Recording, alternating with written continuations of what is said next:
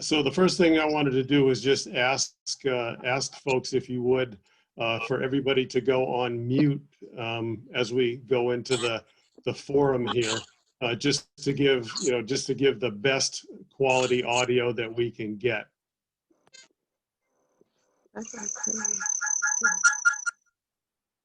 And Katrinka, you might have the capability to just mute everybody for those who may not be in front of their computer. Anyway, going to just jump right in from there. Thanks all. My name is Aaron Weiner, the board president for the Council of Industries. Wanted to thank everybody for joining us for joining the Richmond Chamber and COI 2020 Candidate Forum today. For those watching or listening, if you prefer Spanish translation, please go to the Zoom meeting. And I don't know, Katrinka, if it makes sense if somebody can pull up the meeting number, if I should read off those 9 or 10 digits. But I guess we'll pull that up in a minute. But wanted to thank in particular Darlene Drapkin for, and I hope I have your name right, for assisting with the translation. This will be recorded and made available at the Chamber and COI website. It is my distinct pleasure to introduce John Ziesenhenny, Richmond Chamber Treasurers and member since 1993 and CEO of M.A. Hayes Company. John will be our MC today. I think John also has the distinguished, if I've got my story straight, the distinguished history of being a council member for the city of Richmond. So there's definitely a connection to him with this meeting today and with a lot of the folks on the call. So I think I will just, before I turn it over to John, I'll just also want to thank in particular Katrinka, Tiffany, and James Lee for their substantial efforts in coordinating and putting this event together today. Thank you all very much. And that's it. And back to you, John. Over to you, John. Thank you. All right. Thank you, Aaron. And before we begin, let me introduce Tiffany Harris, who is the chair of the Richmond Chamber of Commerce this year, and also Girls Inc. She's the most important person here today because she's our timekeeper, all right? So when you hear this sound,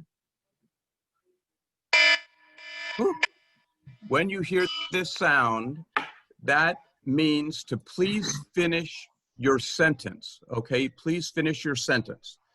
So you'll get 2 minutes on all of your questions, except for the last wrap-up one.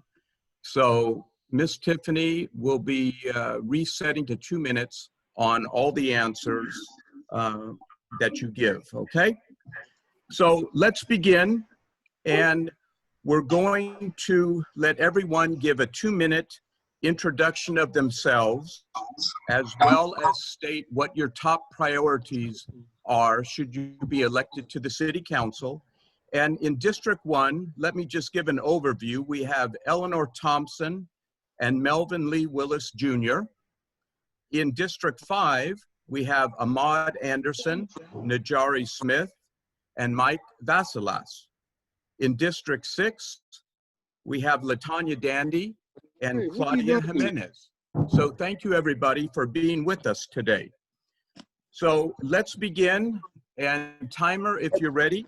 We'll begin at 2 minutes here for each person. Yes. So let me introduce our first speaker today, who is Ahmad Anderson, who's going to introduce himself and tell us his top priority. I understand. Elected. Yeah, right. Thank you. May I? My name is Ahmad Anderson, and I'm running for the Richmond City Council in District 5. I provide fresh voice, new ideas, results-oriented leadership in serving the needs of our diverse District 5 neighborhoods and city. This is a critical election for Richmond.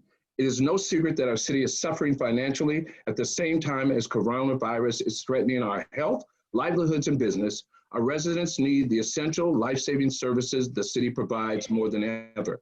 As a District 5 City Council member, I will advocate for priorities including healthy, clean, and safe neighborhoods without blight, litter, and graffiti, with properly maintained streets and cleaning up of potholes, job creation, economic revitalization, as they work together towards addressing homelessness in a compassionate fashion, effective manner to provide support services, support for drug abuse counseling, transitional housing, career and life coaching.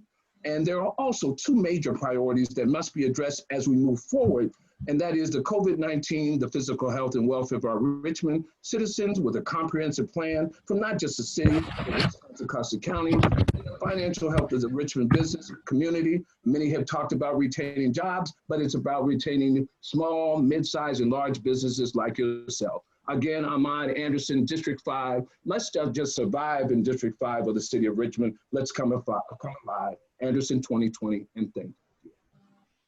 Thank you, Ahmad.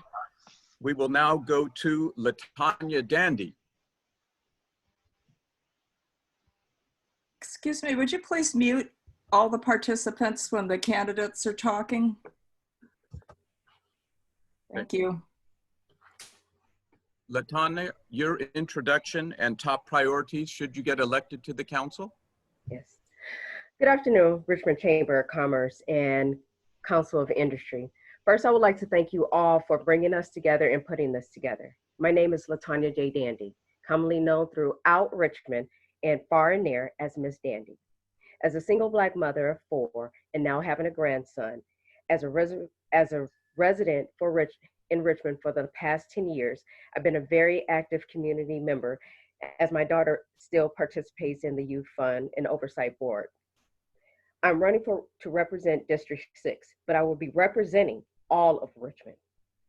We are living in troubled times right now, and that means that we need to do things differently than in the past. We need to address homelessness, mental health, and lack of jobs.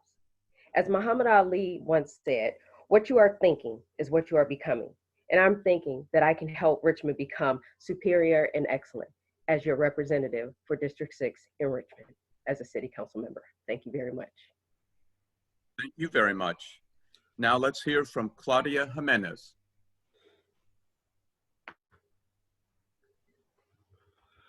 Thank you, everybody.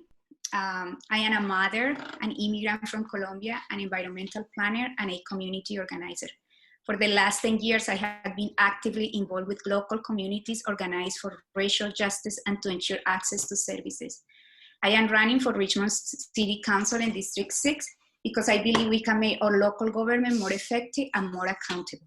During these hard economic times, we need to protect residents and prevent people from losing their homes and their businesses, even in the midst of challenging budgetary situations. I want to focus on prioritizing economic recovery and equity, support existing local small businesses, and pursue equitable and sustainable development. Businesses are closing and they are struggling. I drive down San Pablo, McDonald Avenue, and 23rd Street. And I have seen business close or open less hours like Traveros Shoes on San Pablo Avenue that was in business for decades and it closed recently. We need a new trust structure that does not favor big business and stop putting a small business in the same box than big corporations. And with new revenue, we can start providing support to small businesses, providing grants or loans to small businesses, and to create a racial equity fund to support Black and immigrant entrepreneurship. I also want to focus on preventing displacements and homeless, centering racial justice and healing, working with county and state to promote quality access to healthcare.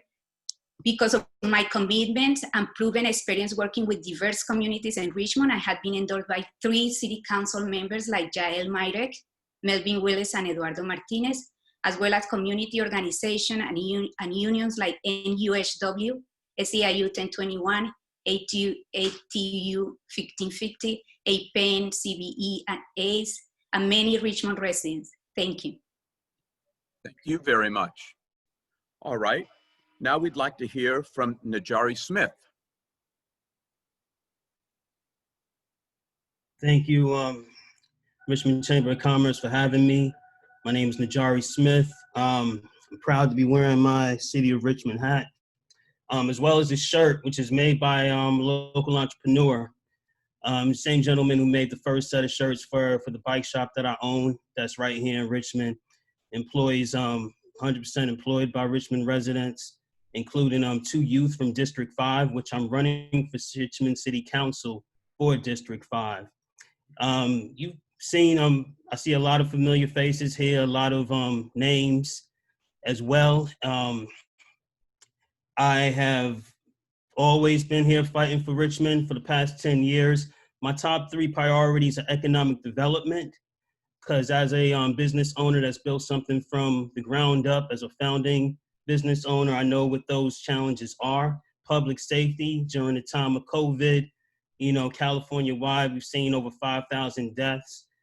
Connecting with economic development, you know, you got 150 billionaires that made over $175 billion during the pandemic, while 40% of Black businesses have had to close their doors permanently.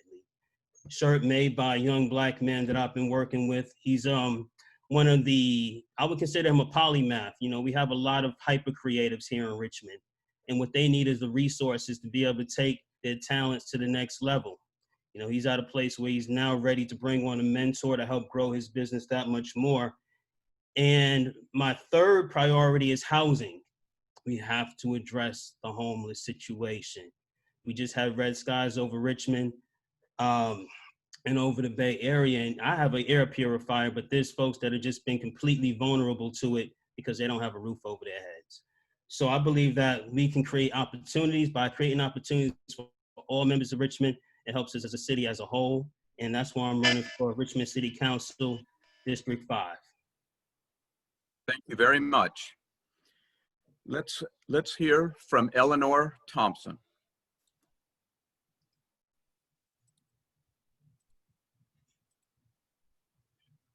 You gotta unmute. Hold on. Muted.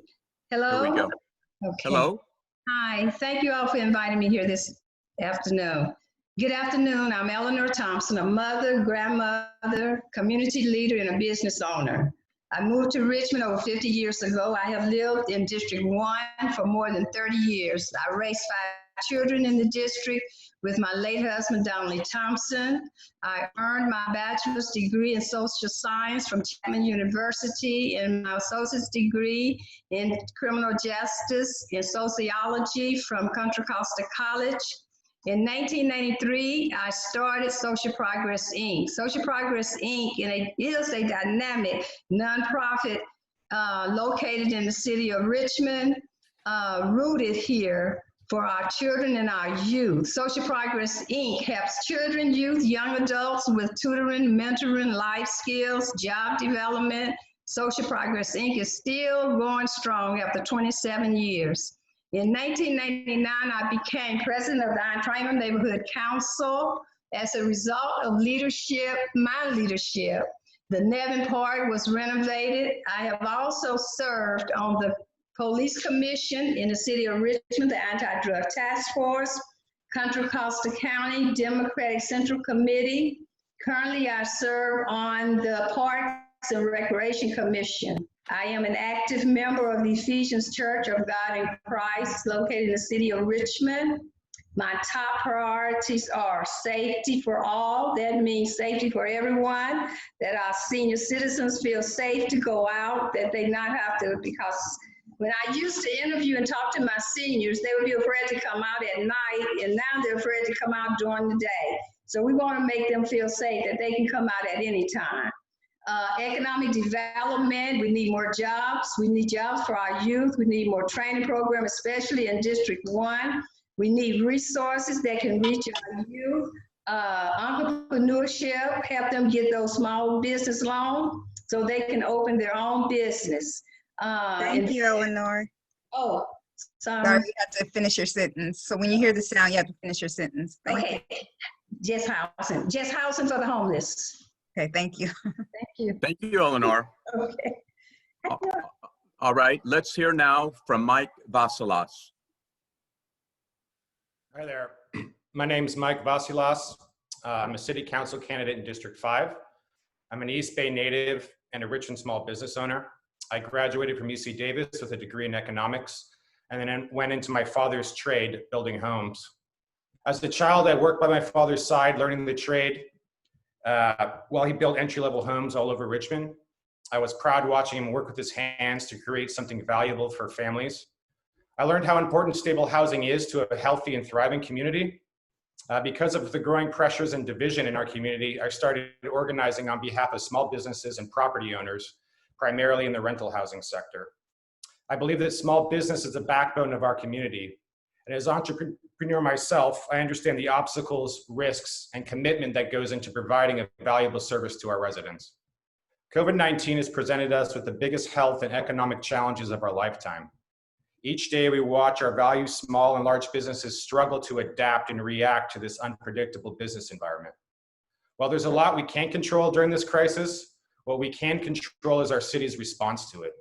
We need a city council that's committed to supporting and stabilizing our residents and businesses during this time. There are a lot of difficult and imminent decisions facing our city council, and I am equipped to make them. Because of my long-term relationships with community members, both residents and businesses, I deeply understand what people in Richmond are facing at this time. Our issues and priorities are all interconnected, from housing to homelessness to job opportunity and economic development and everything in between. There are no quick fixes to our problems. I have the big picture vision, extensive business experience, fiscal understanding, and practical problem-solving skills to bring us together for balance and lasting solutions. I am a completely independent candidate. I'm running to bring balance back to our policymaking and legislative processes, which serve the best interests of Richmond residents and businesses now and into the future. Thank you very much. Thank you very much. Now we'll hear from Melvin Willis. Hello, everyone. Thank you for having me this afternoon. My name is Melvin Willis. I grew up here in Richmond, and I've served on a term on the Richmond City Council so far, running for re-election this year. And I've been an organizer with the Alliance of Californians for Community Empowerment for the past 9 years. My vision and my approach to dealing with city government is really reaching out to the residents and finding out what some of their issues and concerns are, because outside of the big policy things that we decide on every single day, there's a lot of people in the individual community members that do not know about the resources available to them and sometimes don't even know what their rights are. And I've had an opportunity in my time in office to be able to connect people to services, whether it was small things like cleaning up ringworm out of Nicholas Park when people identified that, removing a predatory security guard that was pulling out guns on people at Pullman Point, or even addressing senior issues at Heritage Park when they were dealing with a 12% rent increase and fighting for those folks who were on a fixed income to make sure they didn't have to pay that big of an increase. I was involved in helping pass rent control just cause for eviction, increasing the minimum wage to $15 an hour, also supporting the strengthening of our sanctuary city ordinance, and have been serving on the homeless task force, but just staying connected and moving policies that come through that to support that group. Because moving forward, what's going to be important is make sure that we have housing stability, especially with folks that have developed debt because of COVID-19, and being able to connect those folks to resources, looking also towards dealing with homeless resources and services as well, because there's going to be an uptick in homelessness from the studies that have been released since COVID-19 has happened, and how many people in California actually qualify for eviction because they were not able to pay rent since the shelter-in-place order, and also invest in our youth programs and services, because a lot of crime and violence that I see happening has been coming from our youth, and we need to have a trauma-based approach to dealing with our youth to really invest in the community and give them the things they need, not just locking people away and not connecting them to any other resources at all. So I hope I can count on your support for District 1 in 2020, and I look forward to this candidates forum. Thank you, Melvin. Thank you very much to all the candidates for the introduction. And now we'll begin the question phase of the afternoon. Not everyone will answer every question, and we've randomly chosen the folks for each question. So we'll begin with question, and everyone has 2 minutes to answer each question, all right? And Tiffany's all set with her timer, okay? So question number 1 is, what does economic development mean to you, okay? What does economic development mean to you? And we'll begin with Eleanor Thompson. What does economic development mean to you?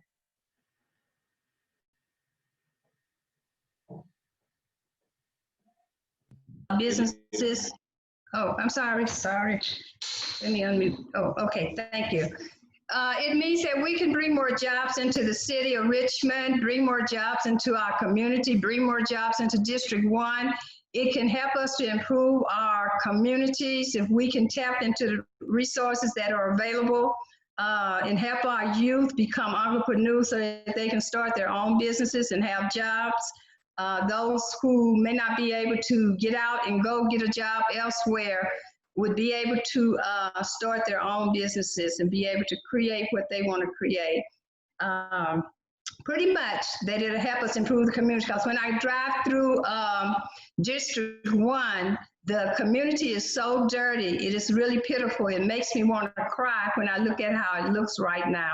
The streets are really, really dirty. There's dumping, there's garbage and stuff all over the streets over in District 1. I would like to really work on improving that, and economic development would help us to maybe get some of those small business loans to help our youth and help other folks in the city of Richmond, not just not in District 1, but throughout Richmond. Thank you very much. All right. Mr. Willis, what does economic development mean to you?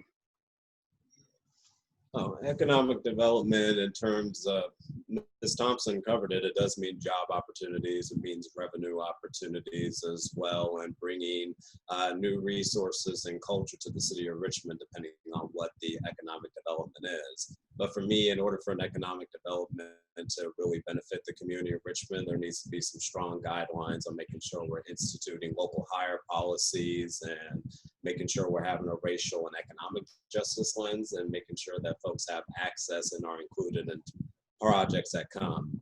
I don't know how many times I've door knocked the community over the past 9 years, and a lot of folks did cite economic development that has reached the city of Richmond, but nobody ever felt like they had access to it or included. And we can be proud of having some of the developments that we have come, like the Hello Fresh centers, the Blue Apron centers, and also the Amazon warehouses. But when I check in with folks that work with people that work there that deal with labor rights and workers' rights, I've heard of way too many sightings of bad conditions, abuse, and I believe there was actually a report of assaults happening at Blue Apron. So we do definitely need to have economic development coming to Richmond, but we need to make sure it's quality development that residents can be proud of, especially when they're seeking new opportunities to be a part of it. Thank you very much. What does economic development mean to you? And we'll call on Mr. Ahmad Anderson. Thank you, John. Well, as a human resources professional of 22 years, I had the opportunity to work throughout Northern California and also in the city of Richmond on economic development, community development. It is rooted really using local and regional resources to enhance economic opportunities while improving social conditions in a sustainable way. The central tenet of economic community development addresses the city's unemployment, poverty, job loss, and environmental degradation in a holistic way. My economic community development plan would be strategically renew areas in Richmond, tackling social issues such as eradicating drugs, improving infrastructure and education. Social justice would be a strong component of this plan, as well as design and create a West Contra Costa Skills Center. In West Contra Costa Skills Center would provide a curriculum building and tackling the economic deprivation, but also working with buildings and trades, digital technology, coding, software development, and developing a curriculum that I could work with West Contra Costa Unified School District, Contra Costa College, and UC Berkeley. The value of this is also government transparency and an essential part of this program. I would look forward to continue to move forward through this, not only in the city of Richmond, but starting with District 5. Okay, thank you very much. We'll turn now to Mr. Smith. What does economic development mean to you? Economic development to me means we need to, it has to do with job retention, which is, to me, is job ownership. That's why I've been a real big supporter of cooperatives and collectives. We have a strong entrepreneurial spirit right here in Richmond. And we have entrepreneurs that need the support, the coaching, the capital, and the connections to be able to get into some of these vacant brick and mortar spaces that we have that will, just in connection, it'll help boost up our local economy as well as transform our business districts. So seeing what we can do along the marina, I like to look for the gaps that we don't, for the things that we don't have, but I also believe that we can build them. We need a grocery store in District 5. What are the things that we go to other communities for that we could be circulating that currency within our own city? Where's Richmond's bowling alley? How about looking into other markets like water catchment systems and gray water systems for new development and making that into a cooperative? There's a lot of, if we really put our mind to it, we can find the things that we can build right here with the support of city government and making use of the services that we do have, as well as looking for the Uh-oh, he's frozen.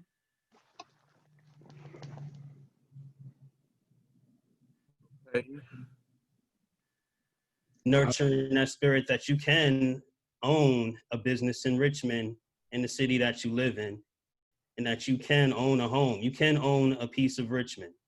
And that's what I want to extend to the, to the folks who live in District 5 as well as throughout all of Richmond. And that's what I'm going to do if elected as city council member for District 5. Okay, very good. Thank you for that. Thank you for that. Next, Mr. Vasilas, what does economic development mean to you? All right. Economic development involves increasing the amount of businesses, jobs, and commerce in the city. I think within economic development comes increased tax revenue that will support a lot of our city services. And my biggest goal and belief is that effective economic policy involves increasing the tax base, not the tax rate, and that will achieve long-term growth. I think we need to bring in more businesses, and the way we do that is making it desirable to come to Richmond, to invest in our city, and provide revenue, tax revenue, sales tax revenue. In order to do that, we need to have a business-friendly environment. We need to have adequate housing and infrastructure. With more residents that come to our city, they'll bring more demand for services for businesses. And like I said in my opening comment, I think it's all encompassing. We have to think about public safety. We have to think about public health. We have to think about housing, and we have to think about creating a business-friendly environment so that when we have businesses that come here, they're successful. And I think a lot of that is really creating a trusting relationship with the city council. I know as a business person myself that it takes there's a lot of risk involved in starting a business. And what a business really wants is long-term stability and predictability. The last thing you can have as an entrepreneur is a completely unpredictable market. And I think there's some things that business owners are willing to take on in terms of risk, but the last thing they should be worried about is risk that can be controlled. And I think our city council needs to have a really good relationship with our business leaders, both small and large businesses, promote housing growth, and I plan to do that as a city council member. Thank you very much. And our final candidate on this question, Ms. Dandy, please. What does economic development mean to you? In my interpretation, economic development is the basis for advice and counsel, and it also directly influences my interactions with those that work with innovations of parks and relocation and jobs and development and infrastructure and critical local issues. Improving the economic well-being and quality for life for the community is for me, and that's what it's all about. Jobs are a key component to that, but not only a component, but a key one. The fact is that someone with a job has a greater degree of fiscal self-reliance and stability than someone that does not have a job at all. A community is comprised of individual people. When we create the conditions where a person can be fiscally stable today than he or she was yesterday, we improve the well-being and quality of life for the community. So as why the word growth is relatively insignificant or significant in this discussion, improvements of economic improvements and well-being and quality of life may come from growth in doing many different things, such as job opportunities, revenue opportunities, strong guidelines, equity and equality, resources and services. I believe as a council member, I can bring some of those and most of those to fruition in our district, especially District 6, but also all of Richmond. Thank you very much. Thank you very much. Now we're going to go to a different question, and with the Council of Industries and the Richmond Chamber being very concerned about jobs staying in Richmond as well as bringing new jobs to Richmond, we wanted to dig down a little bit deeper into the business plans that you're thinking about. So we're going to begin with Claudia Jimenez, and the question is, please explain how you plan to increase jobs in Richmond and retain current jobs. How you plan to increase jobs in Richmond and retain the current jobs that are here. Ms. Jimenez. Hello, can you hear me? Yes. So yeah, job retention has been a challenge during this pandemic. And again, I return to the slogan, we are all in this together. I will brainstorm with employers about creating ways to keep jobs and even finding new market niches so that more jobs can be created for our residents. We need to also support the small businesses to, particularly in this pandemic, that they can be open and stay open and have the resources so we can create more jobs. Another thing that is coming up is that we have a structure, a tax structure that is based on how many employees you have and you pay for that. And that is a job killer. So we need to make sure that we change that tax structure. And we have an opportunity to do that in this election with a new initiative called Measure U that is going to change that structure to a gross receipt structure where bigger businesses with more gross income can pay more, and it's not just based on how many employees you have. So we can start thinking about how these small businesses are not afraid to get more, to employ more because the current tax structure. And I am welcome to be able to work with the Chamber of Commerce, labor unions, and community leaders to seek and find ways to minimize employment. We also want to start looking at new green economy because these are the energy, the water, and food. These are the new ways of creating new jobs for our economy. And again, in this time, we need to start making sure that we build our existing business so we can create more jobs and sustainable wages for everybody in Richmond. Thank you. Thank you. All right, Eleanor Thompson, how do you plan to increase jobs in Richmond and retain the current jobs?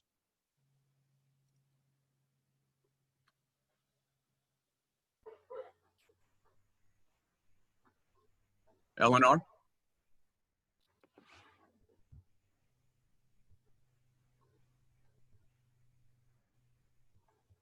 Is Eleanor on? There she is. Sorry, I'm always mute. As I said before, I would assist those who wanted to open their own business to be able to open their own business by assisting them with small business loan through the city or wherever they are available. And hopefully they could probably most likely get some grants to go along with that.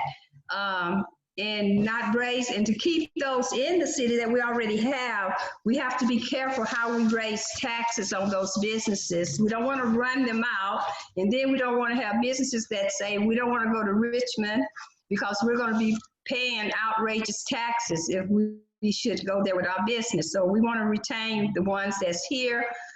We don't want no one to leave because we raised the taxes too high. And we want to continue to try to help those who want to do their own business, create jobs for them. and create jobs that they may be able to get jobs. The residents will be able to get jobs. And without jobs in the city, we want businesses in the city, we won't be able to, we don't have jobs. So we have to be sure that we retain those businesses that are here and go out and draw other business to come into our city. Thank you, Ms. Thompson. Next, we'd like to hear from Melvin Willis. How do you plan to increase jobs in Richmond and retain current jobs? Yeah, no, thank you. That's part of the reason why I actually supported the gross receipts on the council and will be supporting Measure U. It's because I didn't really care for the model that we had before. That was a payroll model. I remember even just getting my tires changed at a shop and one of the owners bringing it up to me and how much it's a strain to him, and I wanted to look into an alternative. And what Measure U allowed, the beautiful thing that I love about Measure U is the fact that if you're somebody that makes less than $250,000 annually in gross receipts, not only will you basically be exempt from it, but your annual business licensing will be free. And there have been few personal friends that wanted to open up small businesses in Richmond, but they were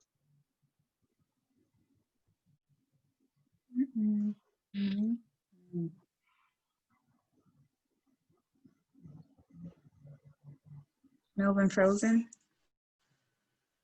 Yeah. Yeah, it looks like. Let's see if he comes back. Okay.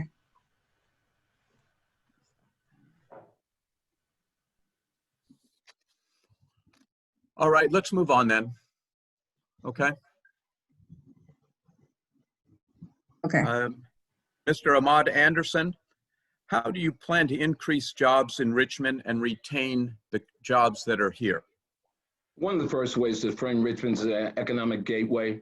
Richmond means business and community. Richmond designing and crafting a full city room to grow. One is thinking about the facts that we need to be able to first clean up our city, and so it looks attractive that companies would want to come here and bring their workforce here. If they're unable to bring their workforce here because of housing and unable to pay for housing, we ought to be able to create, as I mentioned before, a workforce development plan that talks about a West County East Bay Skill Center that trains our folks to have the skill sets through service and training, through apprenticeship programs, through an internship in which they can be hired for the builders, and through technology and coding. Makes us attractive that we put an investment in the city that we live in. As we begin to develop that as well, that also includes this type of city we need to become a live, work, educate, socialize, recreation, and a place base. Richmond 2020 Forward Plan, Open the Business, will work towards meeting several goals to provide the city to capitalize on many attributes to reach potential as a destination desired. Community engagement is important to hear what the people need, where they need it, and when they need it, and thriving multi-sector economy to the quality of life. Building communities requires transparency. Building communities means an investment in your people. From an academic standpoint, we need to go back to the academic curriculum that involves people in the trades business, which we used to do, from building cars, from electricians to bricklayers.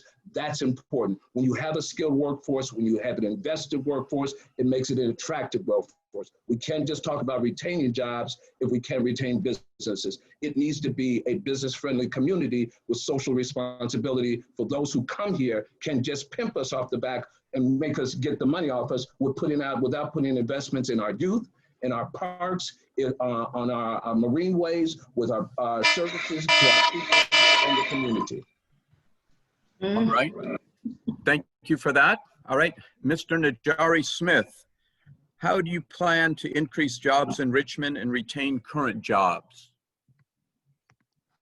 Well, when it comes to like creating jobs, I go right back to, I like to think it is Water Catchment Company in Berkeley, right?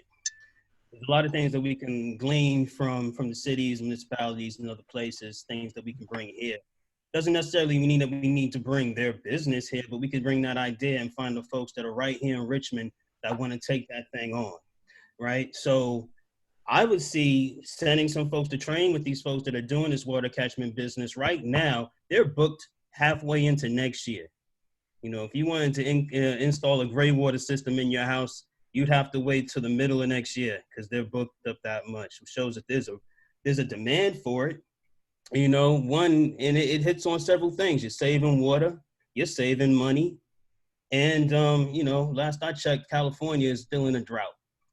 So I like to think of things holistically. I also agree we need to make sure that the city of Richmond is attractive to new businesses. That means we need to keep folks from other cities from coming into our city and dumping in our city without any type of repercussions. You know, we deserve a clean city, clean parks, a clean community. And we can do that if we have the right systems in place. So, I mean, in addition to that, yeah, I think that I don't always believe that. I don't sign on to the grass being greener in some other place. I believe that there's a lot of flowers that we can nurture right here in Richmond that'll create jobs and create businesses. Once again, I go back to strong communities have strong local economies. We have gems and assets right here in Richmond, 32 miles of shoreline. We have the marina, we have a rich history, and we need to boost up the tourism. So if other people are coming to our city to spend that money right here and it circulates throughout our community as it should. You know, the Bay Area has the second largest economy next to LA in California. Why isn't Richmond getting a bigger piece of that pie? We need to look into how we can do that. And as a Richmond City Council member, if elected, that's what I'm going to focus on. I'm going to focus on empowering the people right here, the residents right here who haven't been getting the opportunity to further their entrepreneur and grow their entrepreneurship. I'm going to give those, I'm going to focus on. Sorry, we had to move on. Sorry, Najari. Your time was up. Sorry. Okay, thank you. Mike Vassilas. As a small business owner in Richmond, I understand that there are often obstacles, bureaucratic obstacles and delays that can make starting a business difficult. I think one way we can encourage business growth is by making that process easier and also ensure that entrepreneurs that want to start a business have access to the financial and educational resources they need to start a business and start contributing to our community. As a council member, I plan to have an open line of communication directly with the business community and always try to find ways in which we can support and make that business-friendly environment better. In terms of job retention, I think jobs are retained when business conditions are stable. You know, decreases in demand for a product or service or changes in the economy can lead to layoffs and closures of a business. And I think due to our current economic situation, we have to find a way to limit the financial burdens on our current businesses. I think if we increase those burdens too high in this unprecedented time, there's a big risk that they can no longer stay in business in our city. And that'll also detract from new businesses that might want to come into Richmond. We have to really limit that and make sure that we're not damaging our businesses. I also think that Richmond, with the connectivity, with the new ferry, we have a huge opportunity to be a destination within the Bay Area. I think that's going to open a lot of doors. I think we just have to promote the growth that our community wants to see, whether that's restaurants or a grocery store. I think we have a big opportunity to bring in a lot of people from outside the city that can spend money within our city. We just have to have a plan in place that when the businesses come, they're able to open up quickly. And I also think that workforce development is a big thing we should pursue as well. Whether it's Richmond Build or just apprenticeship programs, finding ways for our youth to get training so that when those housing developments come, these people within the trades can go directly into those jobs within our own city. I think that's a bright path for our youth. I think it's a bright path for our city. And those are the things that I would do to improve our business conditions. Thank you very much. I'd like to come back to Mr. Willis, if Mr. Willis is back on, because he sort of got froze out there. Mr. Willis, are you back on? Yes. We shut down and restarted, so sorry about that. But that's all right. But I was just say, sorry. I was just saying, let's just follow up. We'll give you an extra minute. How's that? How you plan to increase jobs and retain the Richmond jobs that are here? Okay. Yeah. So in summary, supporting Measure U because I see the benefits on how it would support small businesses and encourage them to actually hire more people locally. Also looking into our local hiring policy too, when we do have major economic developments that are interested in coming into Richmond, which is things that are always happening day in and day out on the city council. But also at the same time, there was before the shelter in place, it was a beautiful thing where folks and outside vendors were starting to gather and get their products out there. I know Rich City Rides was a part of it, along with so many other community groups, and they cultivated entrepreneurship and allowed these vendors to gather publicly and share their art, share their space and talent, and get their business out there too. And if we can support more of those folks who are already looking into getting into a business and help streamline them through the process, I'm willing to work with the business community on what makes it easier to actually get permits and get through the process while making sure that we're focusing on local hire policies as well and a racial equity lens. And I'll say, I forgot to announce this in my introduction, Gayle emailed me just saying out loud she's not going to be able to make it because she had a previous engagement. All right. Thank you very much, Mr. Willis. All right, now we're going to go to a different question, and we're going to start with Miss Dandy. And the question is, can you explain your position on the city's Measure U gross receipts business license tax? Miss Dandy. As an independent candidate, I believe the issue could have been handled much better. The way the policies were outlined right now, there are wide, tremendous variances in terms of what the business license fees would be for the various businesses throughout the city of Richmond. We do not want our city to become a city that establishes our policies basis on what other cities have done, like a Xerox copy of what they're already doing or cut and paste of what they're doing. Going into the case of gross receipt taxes, that essentially is what we've been doing going into what other cities are doing now. In the case of the gross receipt tax, that's essentially what we've been doing. And we must be deliberate in our thinking. We must be flexible in our thinking. And we want to work with all the stakeholders far in advance so they can craft something that they want meaningful and that works for everyone for the city of Richmond instead of just for certain entities. Thank you very much. Thank you. Okay, Ms. Jimenez, could you explain your position on the city's Measure U gross receipts business license tax? Yeah, I support it because it's time for us to have a fair taxation where people, the wealthy, pay more, and that will help small businesses. And as I said in my introduction, it's time for Richmond to stop putting a small business and big corporation in the same box and start paying flat rates licensed businesses. And this change, what it will allow us, as City Council Member Willis said, is that a small business will have some breakdowns in terms of like how much they are going to pay. And because COVID-19 and a lot of small businesses and all the businesses are having to deal with less income, less revenue, this could really help in these years to come.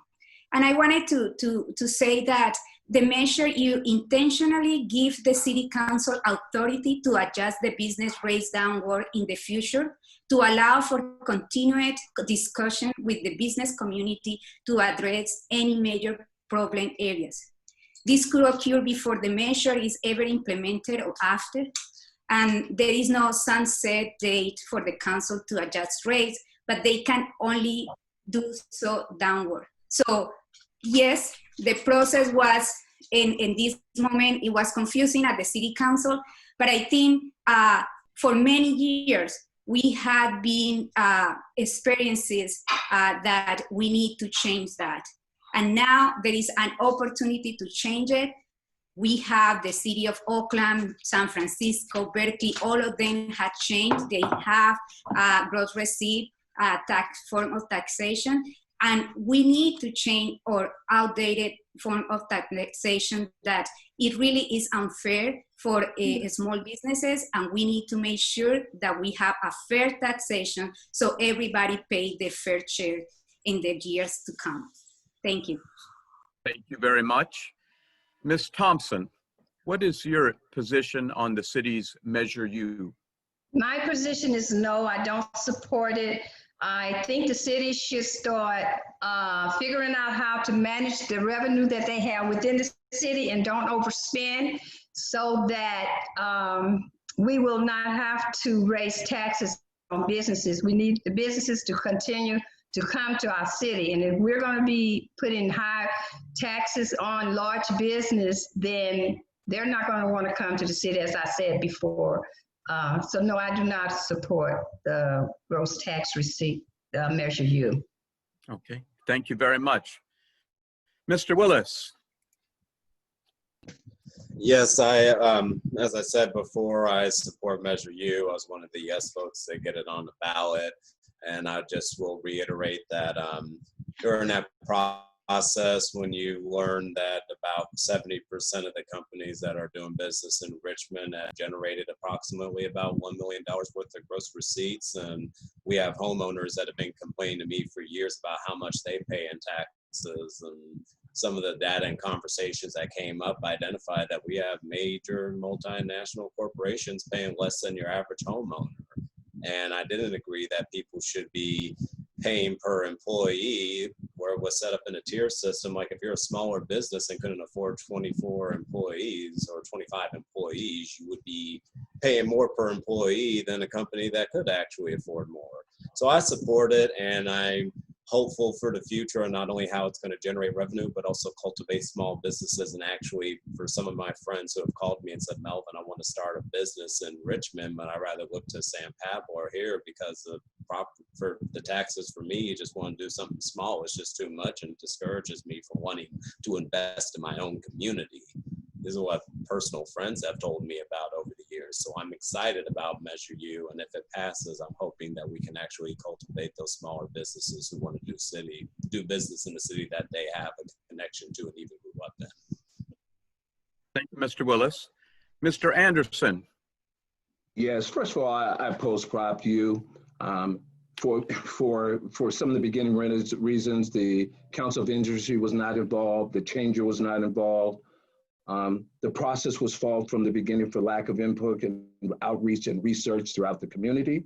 It's a process now that we should step back because it's not a cookie cutter process to take from the high, take from the low, and say Shazam without knowing where that destination is taking us and the impact it will have on business. It does not attract business, as we talked about before, of economic development. It is not rolling out the red carpet. It is not in requesting engagement. It's not in involving the community at large and specifically the business.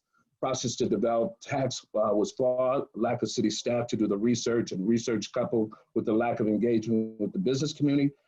It's got to change. One of the things I've talked about before is we've had these forums, we need to take a time and receive the input from our business community, large and small. And in addition, we're working with the Economic Development Commission to flush out policies out before forcing them down the throats of our small business owners.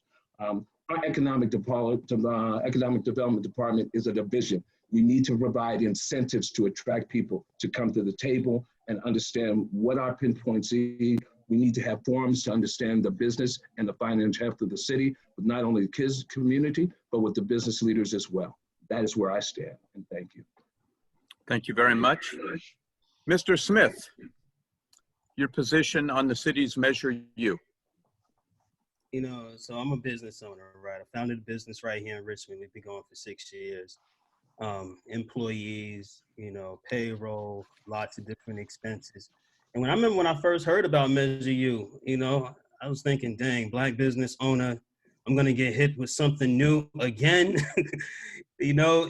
But I read it, you know. It came to me as a surprise, but I read through it, and you know, it's a big difference between a small business with 5 employees and a small business with 200 employees. They're not the same. And I believe in being fair.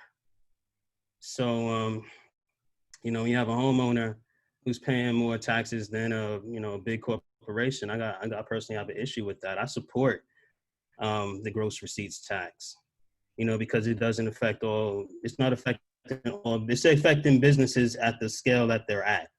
So I think that was an important consideration in putting this thing together. Right. Thank you very much. We're going to go to our next question, which is, could you please explain what defunding the police department budget means to you, and would you support this? Okay, explain what defunding the police department budget means to you, and would you support this? And we'll begin with Mr. Vassilas. Well, defunding to me involves taking funds away from the police department. I think if we were dealing with a police department that was overfunded and had too many officers, I think that's where that conversation could come into play. But I think over the past several years, we've actually already taken a lot of funding away from our police department. And I think we're at a point now where we have so few officers that they're overburdened, overworked. We just don't have enough support for them to be able to carry out their job in providing public safety for our community. I think we can do a couple of things. I think the first thing should be to engage, as we've already started to do, to engage in conversations with our police department and the community to see in what ways in which they can do a better job. I think there's not a single organization that can't do a better job, and that involves a lot of conversations. I also think we can look to the county to bring in some mental health and addiction services to relieve a lot of the burden of our police department. I know that they're overworked and accruing a lot of overtime hours. I think if we brought in county mental health and addiction services to help with the homeless crisis, I think that would be a win-win. I think that the people being served by the county service providers would be getting great treatment. I think it would relieve a lot of the burden from our police officers so they can go on and carry on their normal crime prevention tasks. But I think if we make a mistake and we jump the gun and we just pick an arbitrary number of what we should be defunding our police, I think we run the risk of a police department that is no longer able to provide crime prevention for our city. And I think it affects the morale of our current officers. I know our officers do a really good job. I think our community policing has been very effective here. And I think it just starts with the conversation in terms of how we can do things better. Let's just not jump the gun. Thank you. Thank you very much. All right, Ms. Dandy, what does defunding the police department budget mean to you, and would you support this? Defunding the police, let's see. As a city leader, I would certainly want every aspect of the government to run efficiently and as effectively as possible and meets the needs of the community. But defunding the police actually means taking away. And as it comes down to it, the public needs safety. And it certainly applies to police services. So it may be the sense of making sure that everyone gets all the needs taken care of that they need. We need to make sure that the needs are taken care of and looking at thoroughly, evaluated, the analysts are taken care of, the data is looking at, and we're operating. And if we're operating at a peak emergency, that the police department is at its peak efficiency. And the police department, in terms of effectiveness, can work with the community as a whole. If there are things that can be done differently, yes, it can benefit for the community or it can go against the community.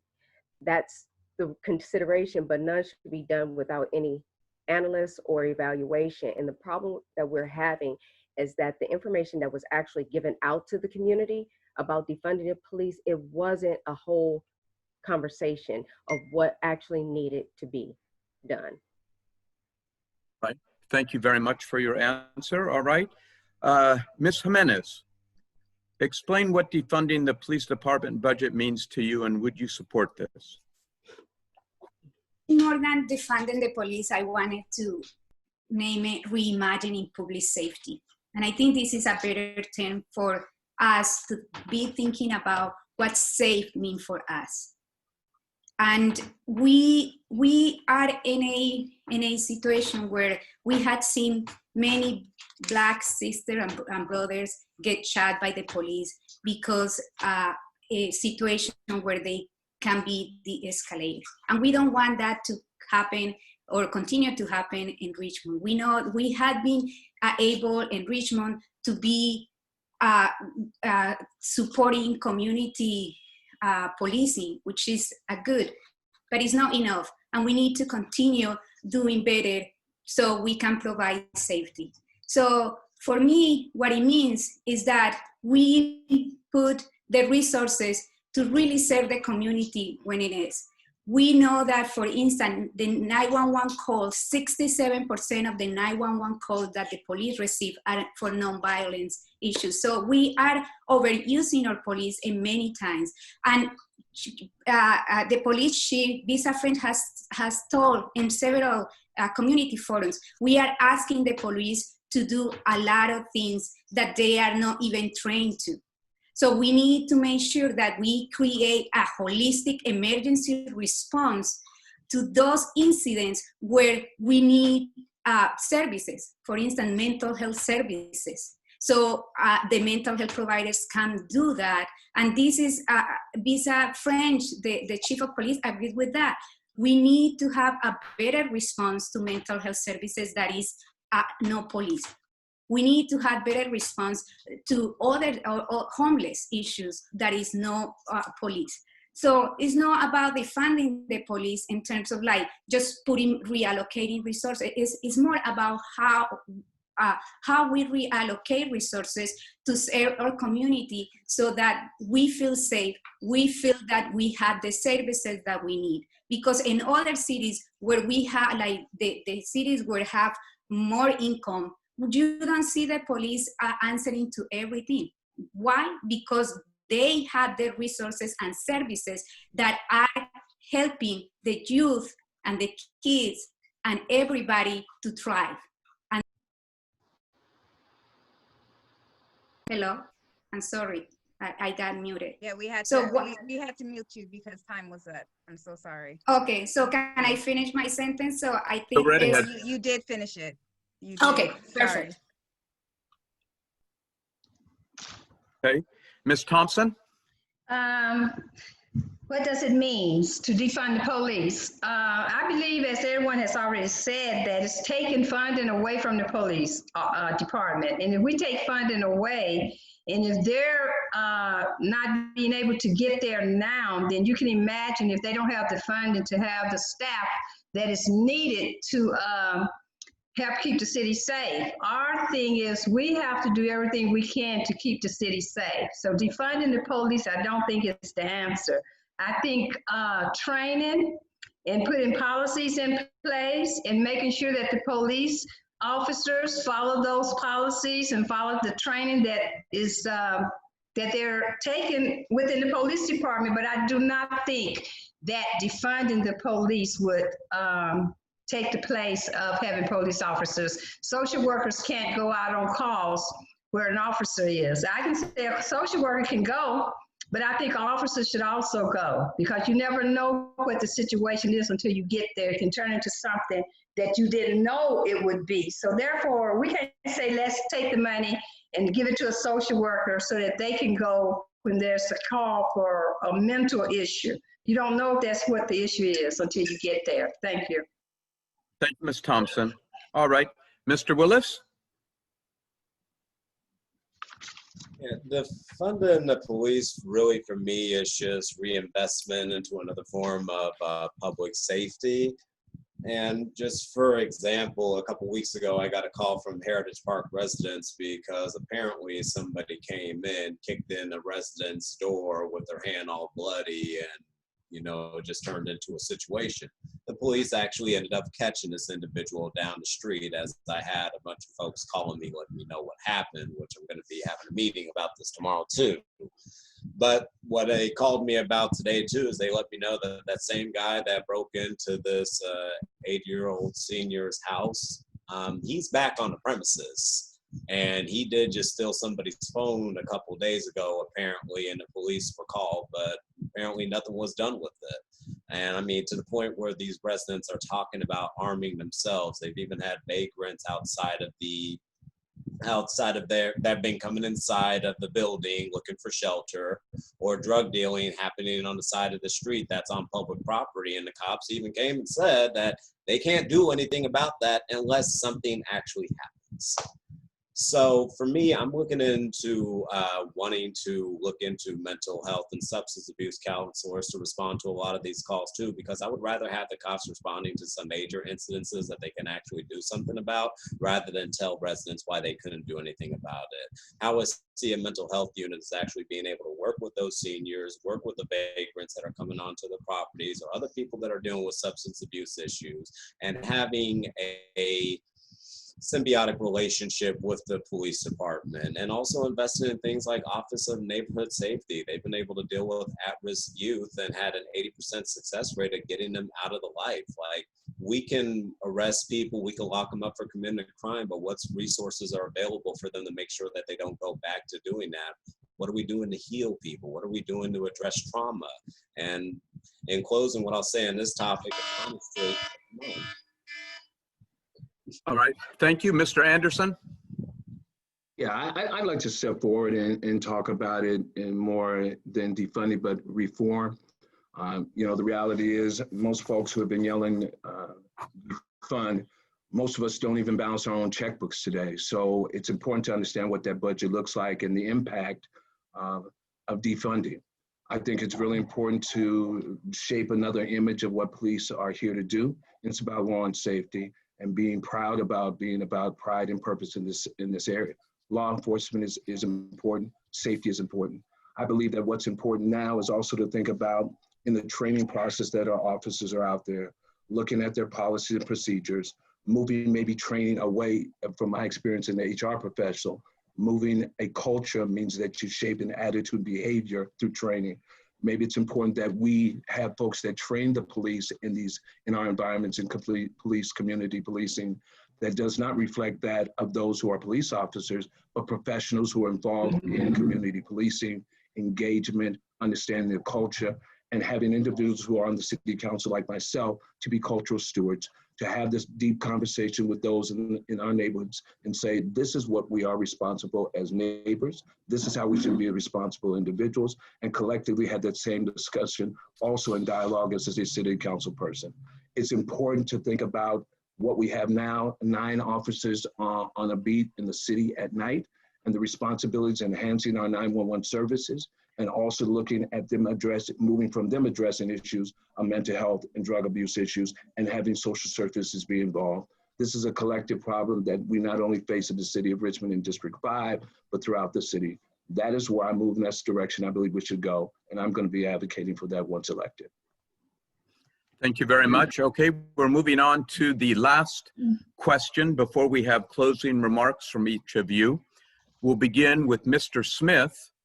And the question is, please explain your position regarding the recent council passing of the Point Melody development. Mr. Smith. Okay, I totally thought I was going to get the defund question, but regarding Point Melody, I felt like Point Melody is one of those assets that we have. You know, much like the marina, it's something that I would have wanted to work with the visitor center to attract more visitors to come to our city, to patronize our city, to spend money here. With the passing of Point Melody, you know, I advocated early on for a velodrome and a concession stand to go there, just understanding the culture of bicycling in the Bay Area, not just in Richmond, but all over, and how that could really make us a center for a destination. None of that is included in the plan, even though that's what the community asked for. You know, I've got over 700 signatures asking for this. So I feel like it ignored the community. And anything that pushes while ignoring the community is something that I'm just not for. So I feel like it was done in a rush. not done with enough consideration. You know, feedback was asked for, but feedback wasn't considered, and much of the process was a farce. Right. Thank you very much. Mr. Vassilas, could you explain your position regarding the recent council passing of the Point Melati development? I think that when we look at that situation, I have to say I do side with a lot of the concerns that the community has brought out. I think having thousands of units at that location based on the infrastructure that doesn't exist and the geographic location where there's only one way in, one way out, those unavoidable traffic concerns, we can't get around that. I know there's also a lot of uncertainty around the economic forecast, home prices, what the city's going to be on the hook for or not. But at the end of the day, you know, it's very complicated. There's also the idea of what happens if we do not follow through with this plan, right? What are the legal consequences of that? Do we just get into another lawsuit? Does that land eventually just go back to the developer, the original developer, and we lose control over it entirely? So what was really frustrating about this process is a lack of clarity. I think that for the average person who doesn't know exactly what's going on, there's no real way they can see what has been decided on, what the actual options are, how their input can be involved in the process. And I know there's a lot of frustration on both sides. And I, for one, value a transparent process. I value community input, and I value, you know, taking everyone's needs into consideration and providing clarity for everybody. And I think we've lacked a lot of clarity in this Point Melati situation. And I know a lot of residents are frustrated, as they should be. And it's really unfortunate. Thank you. Thank you very much. Ms. Dandy.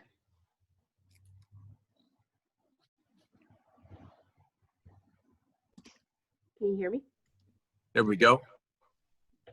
You know, for Point Melati, the most favorable outcome was the one that was made because it had to be looked at because we are only allotted so much time and that date is coming up. I don't know the exact date, but I know it's coming up pretty soon. And as far as everything that has been going on and with the community, that things were pushed too far, not explained, not given to everyone, not told all the information that needed to be done with Point Melati. But as Mike already described, there are so many intricacies that people won't understand because there's so much information that needs to be looked into and that was made. There was a settlement made years ago. There was a settlement made years ago that if we didn't, that housing needed to be put on Point Melati. And if we did not put it on there, then it was going to be another litigation that started. And because of that, what the community doesn't understand is the small conversations that everyone has about what they want in Point Melati, what they don't want in Point Melati, what Point Melati should be. But because of litigations, there are particular things that Point Melati has to be, and it has to be put, housing has to be put on that land in order that we don't go back into litigation, because that could be years and years and years. Now, the fact that we have been given a short amount of time to make this decision, it's been going on for 23, 25 years. So it's been enough time for us to make those decisions. And now is the time that this decision is made. And right now, all we have is SunCal, and that's what we have to work with until something else comes up. Thank you very much. Okay, Ms. Jimenez. Thank you. This is a very controversial project, and I agree with that the community wasn't informed. But we need to inform the community more, because the community will clearly understand what is happening if the right information is available.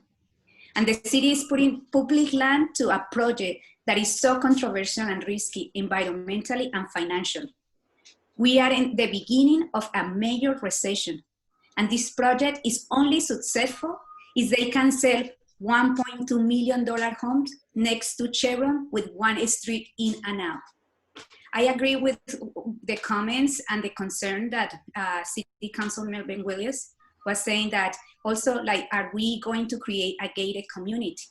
And what we had to ask ourselves is for whom we are building this city. And if we care about the people, the residents that are here, we need to make sure that we support development that invests in our community, that is near public transportation and marketplaces.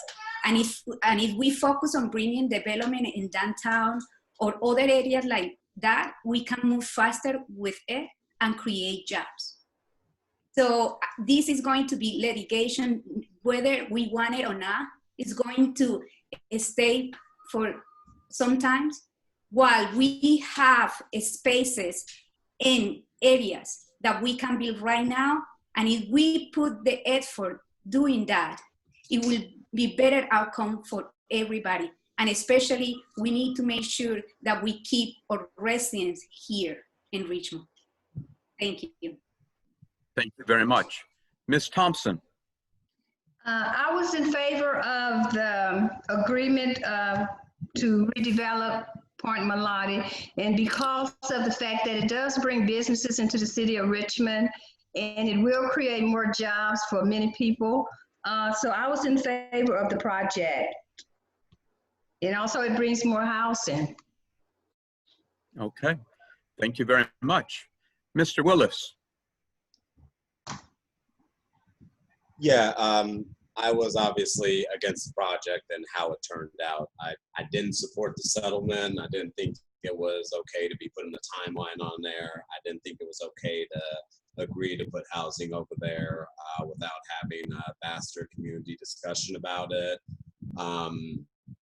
And I haven't really been supportive of the project ever since. And, SunCal is the developer that is chosen, and no disrespect to them, but I don't see the project actually doing anything that will include very low income to moderate income communities of color for them to actually benefit. I'm afraid that this is something that could become another island of opportunity. I mean, we even already have areas of Richmond where some parts of the beaches that you walk on, you may not be able to supposed to be on that part of the beach if it's adjacent to the house, because there could be some deal worked out where the private property owner doesn't want you there. I've had my friends talk about the cops being called at them when they're trying to enjoy these public spaces in Marina Bay or even visiting Point Melody, and all they want us to do was be out there. And, just going back to a lot of the conversations I've had with members of the community, a lot of them came from San Francisco because there was major development that did not include them. Instead, it got so expensive to live there, it ended up displacing them and putting them in the Richmond community, even though some of them have lived there for most of their lives. And I'm starting to see that trend where my friends aren't even able to live here anymore because they can't afford it. So for me, the affordable housing there is insufficient. It doesn't give me confidence that I could go to anybody who's looking for housing or living in overcrowded housing situations to say, hey, we have housing development, go over there, because it doesn't seem affordable enough for the average person to afford.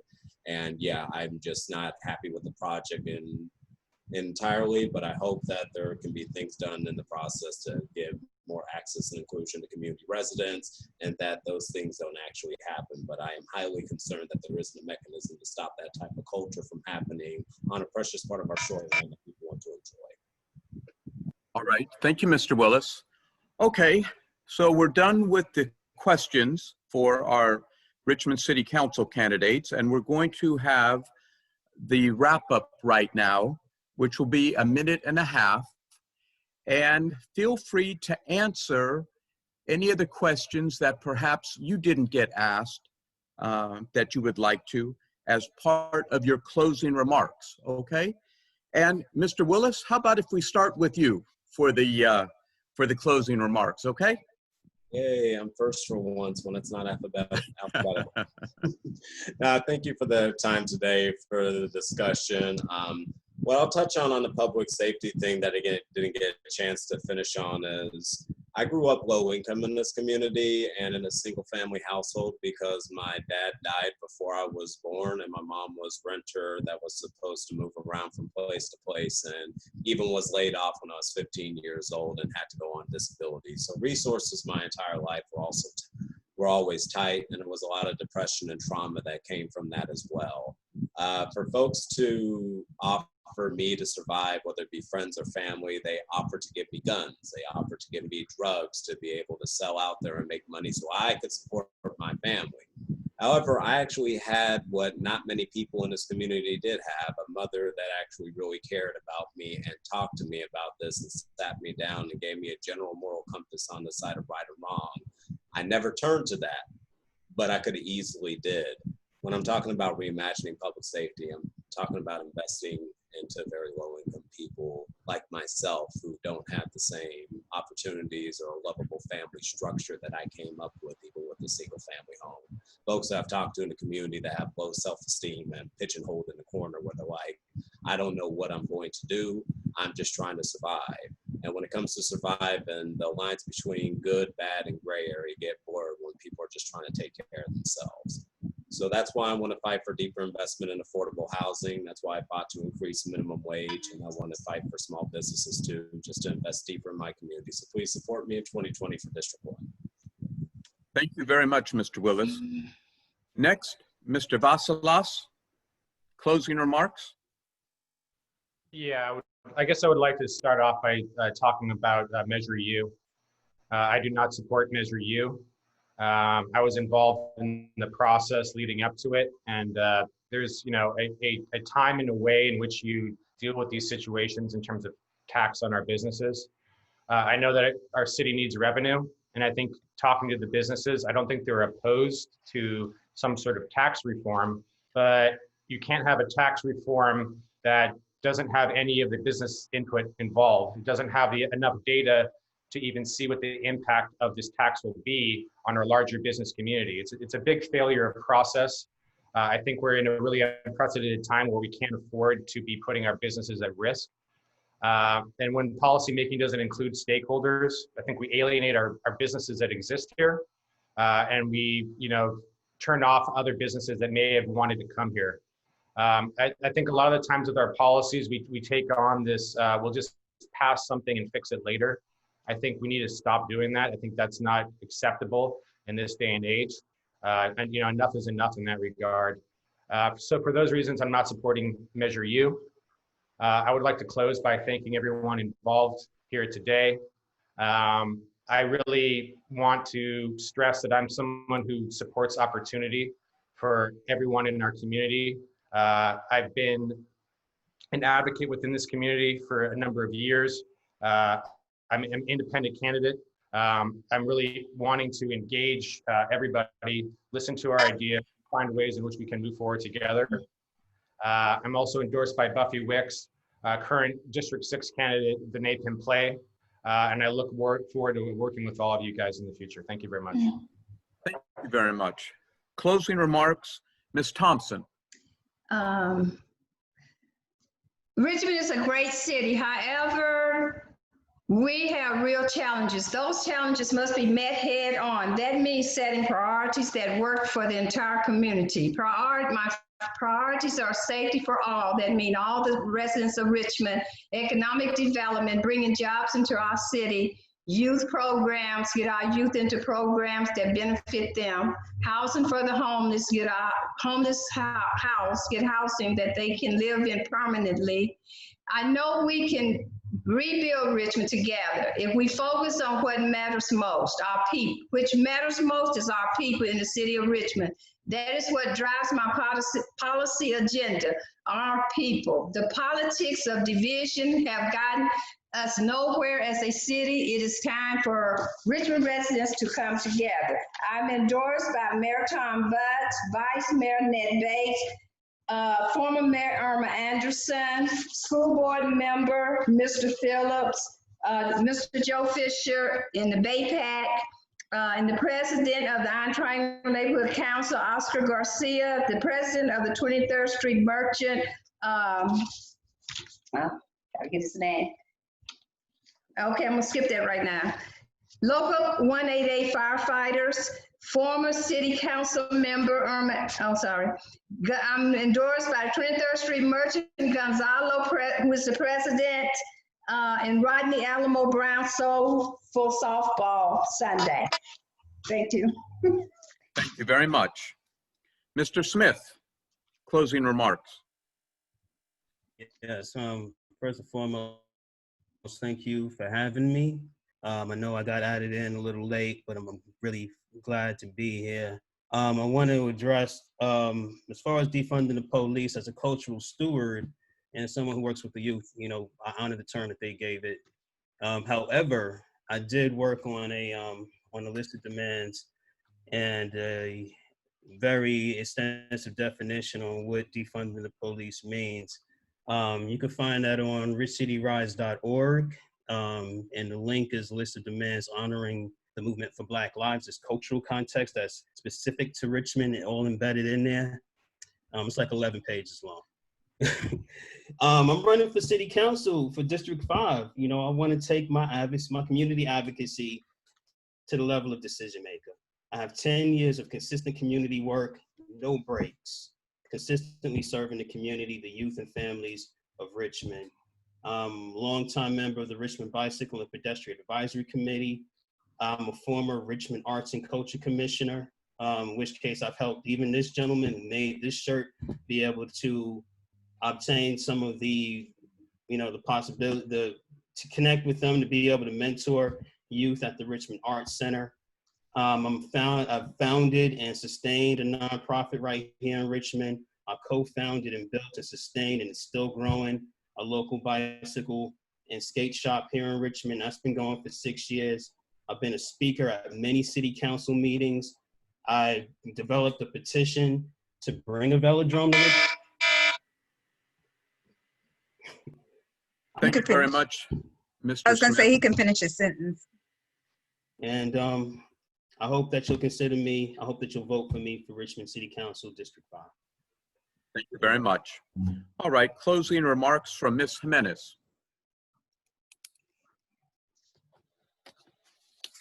Thank you, everybody. So I have been actively here in Richmond community, and this is why I am running. I have been working with moms in my neighborhood to rebuild our neighborhood park, to leading campaigns like Invest in People, No Prison in Contra Costa County, where we were able to reallocate $5.2 million for services in our community. I had been part of many organizations and many community groups and efforts. And I am running because I want to be part of building a future in Richmond where my children's and all the children's in Richmond can live without thinking that there is no future for them. We need to make sure that we have strong policies that are going to serve everybody in Richmond and no few. And this is what I am running because I have been in the places here in Richmond and with the community supporting undocumented immigrants, those coming home from incarceration, and now being part of this reimagining public safety so that we make sure that everyone is protected, safe, and well cared. We need services for our community. We need to make sure that our youth are well taken care of. And in these unprecedented times, we need unprecedented solutions. And I feel like I have the proven experience and the capacity to bring these changes in the city of Richmond. Thank you very much. All right, Ms. Dandy. Can you hear me? Yes. My name is Ms. Dandy and I'm running in District 6. Yes, I'm new to politics and running for city council and all the new things. And again, I've been here for 10 years with my sons and my daughter, now my grandson. And I'll say again, Richmond is facing serious problems that we all need to take care of. When people go to mention the Black Lives Matters and all the different things and everybody should overcome and bring everything together, they forget to mention that we need to be in all parts of these. That's the homelessness, the encampments, the problems, the places that we need to go in, to check with the small businesses, to say hi to your neighbor, to go ask your neighbor for a cup of tea, to go say hello, to check on what's been going on in the city about this COVID-19 that's been going on, that everyone has stopped to forget that we still have people perishing right now. Mm-hmm. And as a leader in this community, I go to the people. I won't just sit on that council seat and just sit there, say yes or no or abstain. I will be there with the people. And that's what the people need. We need someone that's going to be out there. And I just want to paraphrase a phrase that Barack Obama said: we're not a conservative America. We're not a liberal America. We are the United States of America. And thus, I want you to know that I'm much appreciative that we become a united city of Richmond. And I want to thank everyone for putting this together and allowing me and everyone here to do the things that we want to do and say the things that we want. We can't make that change unless we get new people in there and have different lenses and different visions. We've been going this way for a long way. We need to make that change. Take that chance with me, and we will make that change. District 6, Ms. Dandy, thank you for your support, and I hope I get your vote. Thank you so much. All right, and we'll close with Mr. Anderson. Thank you, folks, this afternoon. I'm the native son of Richmond, California. When you see the name Anderson, we've been a part of the city of Richmond from the past, the present, and for the future. I've been a human resource representative throughout the Northern California. I've always considered hiring Richmond citizens first, working with the Chamber and the Council of Industries since 2000 as a HR rep for DHL, UPS up on the Hill, for FedEx, and also for KPFA Pacifica Foundation. I've learned as a young man, when my parents took me to the March on Washington in '63, that giving back to the community is the rent you pay to live on this earth. I am the person that should represent not only District 5, but also the city of Richmond, born on South 1718th, 1131 South 55th Street, and now a proud resident in Laurel Park. I understand what it means to be the city of pride and purpose, because that is the sinew in which I live. I'm here to not only stress healthy neighborhoods, not only stress economic development and revitalizing our programs with Richmond Build, and also looking forward to moving forward to developing a homeless plan that doesn't just manage the plan, but moves towards looking at audits for that. There's not just mental health issues, but there are people who are working homeless. We need to work with the county and the state to develop the resources that are sustainable and meet people to where they are. I am Ahmad Anderson, District 2020, come alive and with Ahmad. All right, thank you, Mr. Anderson. And thank you to all the candidates for your thoughtful answers today and coming on to the Zoom Candidates Afternoon, sponsored by the Council of Industries and the Richmond Chamber of Commerce. And I would like to close out the meeting by turning it over to James Lee, President and CEO of the Richmond Chamber. Mr. Z, thank you very much for moderating it. And I want to thank all the candidates for taking the time. We had over 100 participants. So it's very important to us and our community to hear from all the candidates. I want to thank Katrinka and all the rest of the COI board for partnering, putting this together. I want to thank the Chamber board as well. So thank you very much. Very important. Please go and vote. Thank you. Thank you.